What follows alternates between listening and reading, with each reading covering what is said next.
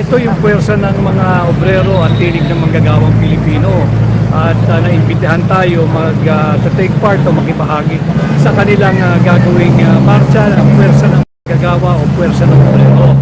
Upang gunitain ang kaarawan ni ang ating pambansang bayani si Gat Andres Bonifacio at kanyang kadakilaan na binuhis niya yung kanyang buhay para sa ating bansa nang hanggang sa ngayon ay na-enjoy natin o nararanasan at nararamdaman yung kalayaan. Bagamat nararamdaman din natin yung pagsikil sa kalayaang yan, at least nakikita natin yung mamamayang Pilipino ay nagkakaisa, lalo na yung puwersa ng obrero na tumututol dito sa nakikitang maling pamamaraan, maling pamamalakad at baluktot na pamunuan ng ginagawa ng kasalukuyang administrasyon. Very telling dito yung paglabag sa mga karapatang pantao at pagsisikil, panggigipit at paninira sa mga perceived opponents or critics of the government.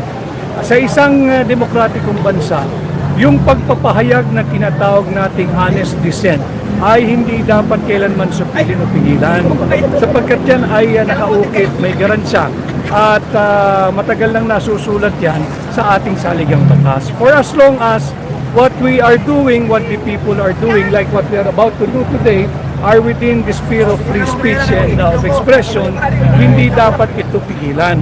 At hindi rin dapat masamain ng pamahalaan ni Bongbong Marcos kung may mga ganitong pagtitipon kung saan naghahayag ng saloobin ang kanyang ang mamamayang Pilipino upang ipahatid yung mga pagkukulang ng kanyang administrasyon.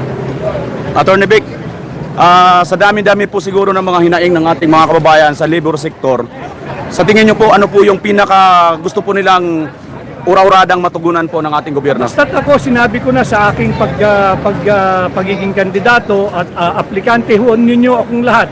Aplikante rin ako ng mga manggagawa at obrero bilang senador. Ang aking isusulong na pangunahin ay tanggalin na yung standardization of wages at iparehas na yung sahod ng mga nasa probinsya sa sahod ng mga nasa Mega Manila. Wala tayong babawasang sahod. Yung sahod ng taga Mega Manila, ganun pa rin. Hahabol lang natin yung sahod ng mga taga-probinsya dahil walang katotohanan sa sinasabing mas mura manirahan sa probinsya. Walang katotohanan sa sinasabing mas mura ang buhay sa probinsya. Ang presyo ng VAT sa Mega Manila ay siya ring halaga ng VAT sa probinsya. Ang presyo ng krudo at gasolina sa Metro Manila o Mega Manila ay siya ring presyo ng krudo at gasolina sa Mega Manila. Bakit mas mababa ang sinasahod ng mga taga-probinsya? At siguro isa panahon na rin para suriin natin mabuti yung standardization of wages. Bakit ang sahod ng mga nasa gobyerno o pamahalaan ng nasyonal at lokal pare-pareho saan man panig ng Pilipinas? Dapat ganun din sa pribado. Yung sahod ng mga nasa probinsya dapat ihalintulad sa sahod ng mga nagtatrabaho sa Mega Manila. Ayun. So, yan po mga kababayan, kayo. Tol, may tanong kayo?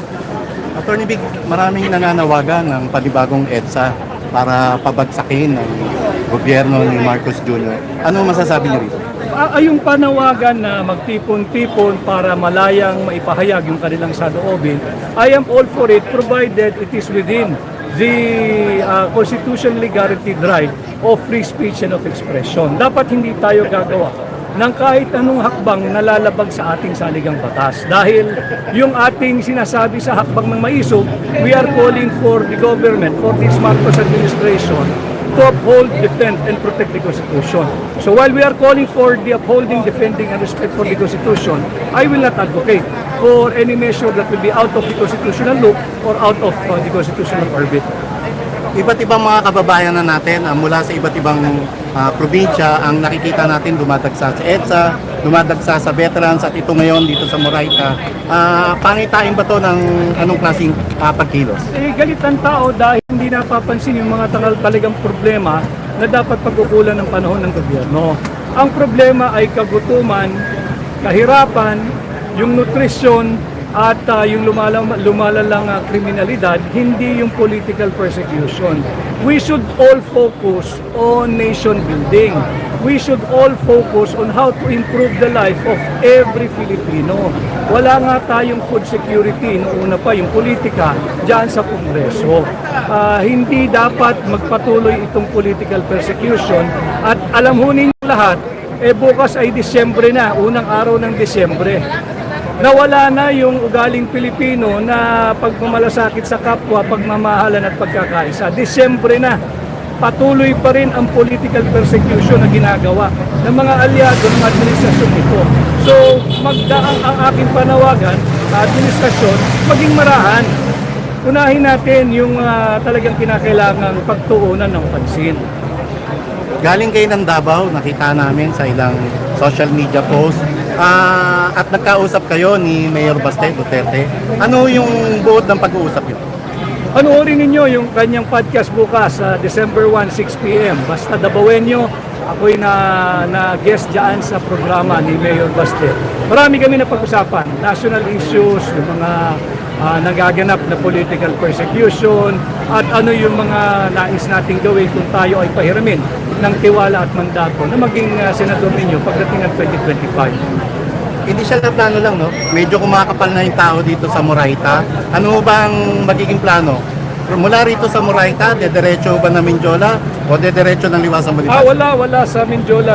Ang plano ng organizer ay mula dito tutuloy sa Liwasang Bonifacio. Ito ay paggunita sa kaarawan ni God Andres Bonifacio, pagkilala sa kanyang kabayanihan na siya rin ang ama ng ating revolution against the Spaniards nung kapanahunan niya, at pagtutol doon sa ginagawang pagsisikil nung panahon nila na nagaganap pa rin ngayon. Kaya sabi ko nga sa lahat, pati ating mga kapatid na obrero at manggagawa, hindi mura ang kalayaan. Freedom is never cheap and freedom is never easy. We have to work consciously every day in, day out to preserve it. Huwag tayong papayag na yurakan ang saligang batas. Huwag tayong papayag na supilin ang ating karapatang magpahayag ng malaya at payapa. Mainit ang pagtanggap sa inyo ng sektor sa paggawa. At gustong-gusto nila yung plano nyo o isa sa plataforma de gobyerno nyo na buwagin ang Regional Wage Board. Ano ba masasabi nyo? Sa tingin ko kasi nararapat na talagang pag-ukulan ng panahon, pag-aralan yung pagpapareha sa sahod ng mga nasa probinsya at nandito sa Mega Manila. Uulitin ko, yung porsyentong ipinapataw ng VAT sa Mega Manila ay isa ring porsyentong ng VAT na ipinapataw sa mga manggagawa sa probinsya. Subalit mas maliit ang purchasing power nila o yung kakayahan nilang gamitin yung kanilang pinagkakitaan dahil mas mababa ang kanilang sahod. Wala ako nakikitang distinction that would justify a lower wage for those who are working in the provinces or outside of Mega Manila as compared to those receiving higher wages when you are working in or employed in Mega Manila. Pati yung mga nagtatrabaho sa gobyerno, ang mga nagtatrabaho sa gobyerno, pare-pareho sahod niyan kung ikay nasa Mega Manila o kung nasaan ka mang panig ng Pilipinas. Dapat ganun din sa pribado. Sa lahat ng mga senatorial aspirant ngayon, mukhang ikaw lang ang may malinaw na plataforma de gobyerno para sa mga sektor ng manggagawa. Sapagkat yung manggagawa matagal nang napapabayaan ito. At nakikita natin, walang masama sa ayuda. Subalit, hindi sila nakakatanggap ng ayuda dahil sa definition ng ayuda, yung mga may gainfully employed ay disqualified. Subalit, they also need protection. They also need from the government, help from the government and protection from the government. And ang nakikita ko, dapat siguro na matagal na panahon na suriin natin, tanggalin na yung discrimination. It's not a distinction, but rather a discrimination between those who are working in Mega Manila, their wages, as compared to those who are working outside of Mega Manila or those in the provinces. Iparehas natin. If hindi uubra yan, bibigyan din natin sila ng additional protection. Baba natin. Halimbawa, yung porsyento ng VAT na ipinapataw sa mga manggagawa outside of Mega Manila para lang makahabol yung kanilang sahod, makahabol yung kanilang purchasing power at mahabol din nila yung mga inflationary contributors, kaya paliit ng paliit yung kanilang kakayahang magkaroon hindi ng marangya kundi kahit komportableng buhay man lang, Marlon. Ano ang garansya ng sektor sa paggawa ng isang Attorney Vic Rodriguez ay sincero para ipaglaban ang lahat ng hinaing at pangangailangan ng mga kababayan nating obrero? Yung ako'y naririto ngayon sa harapan nila at kabahagi ng kanilang ginagawang payapa at malayang pagkilos ay isang garansya na kung ano yung aking sinasabi ay kaya ang gawin. At ganun din do ang sinasabi ko na kung sakasakaling sila maging mapanuri tayo this 2025 election, huwag nating sayangin yung ating boto. Kung sa tingin ninyo na yung kagaya ko na si Atty. Vic Rodriguez ay hindi dapat pagkatiwalaan, please do not vote for me. I tell you, do not vote for me. If you find me not to be not worthy of your trust, do not vote for me. But maghanap tayo ng mga tamang tao na ilagay natin sa tamang pwesto. Madihis lang ako ng konti, Atty. Vic Rodriguez, no? Nag-issue na rin ang Integrated Bar of the Philippines, pero naunang nag-issue yung grupo nyo bilang kayo ang presidente ng Quezon City Trial Lawyers Association patungkol doon sa nangyayaring pagdinig sa mababang kapulungan ng Kongreso. Ano po ang reaksyon nyo sa statement na inilabas ng Integrated Bar of the Philippines? Alam mo, yung Integrated Bar of the Philippines, dapat yan ay nangangalaga. Hindi lang korte abogado si Atty. Lopez. Diba? Kundi sila dapat ang guardian or vanguard ng ating saligang batas ng ating rule of law. Nakakalungkot na nagkaroon pa sila ng distinction na ito raw ay dahil empleyado ng Office of the Vice President. Hindi ko issue ang politika rito.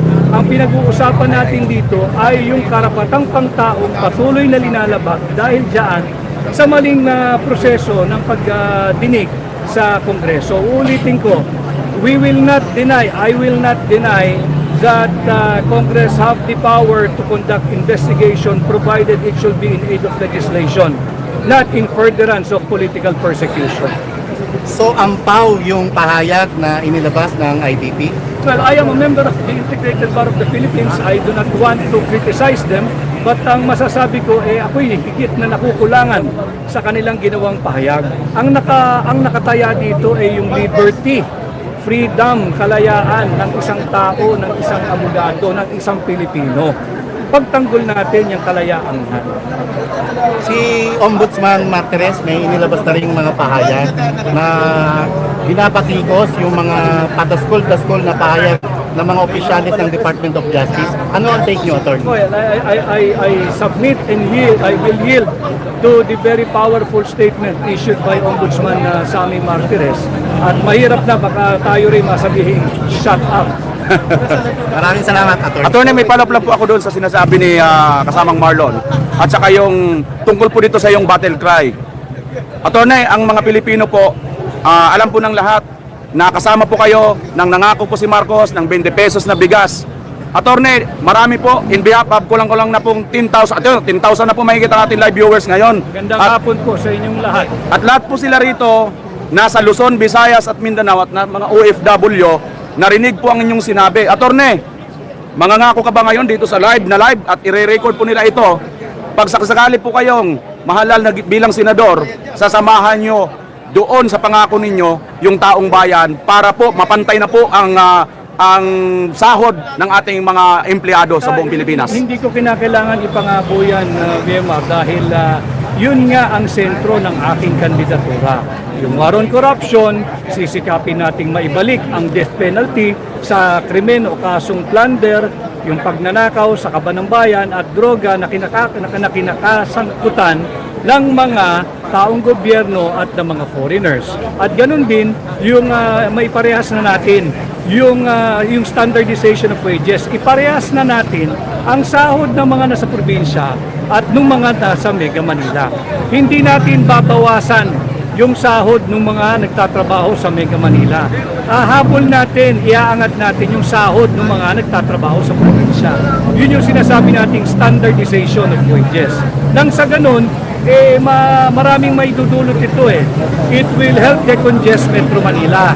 Hindi na pupunta yung mga manggagawa natin sa probinsya sa Metro Manila dahil mas mataas ang sahod dito. At yung sinasabi nating development doon sa countryside, ganun na rin dahil meron ng ready, competent and available workers and workforce there.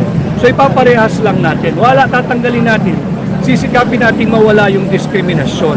At this early ay may nahanap na tayong alyado na nagsusulong din ng parehas na direksyon at plataforma. Ito yung kamanggagawa, yung kampihan ng Maralita at Manggagawa. Sinusulong din nila yan. So mainam ito, nagkakaroon tayo ng magandang simula at nagkakaroon tayo agad ng mga alyado na nagsusulong na iparehas na yung sahod ng manggagawa sa sahod ng mga taga Mega Manila. Maraming salamat, Atty. Thank Vic. you very Napakaganda much. po ng inyong binitawang sagot. Thank you. Thank you. Thank you.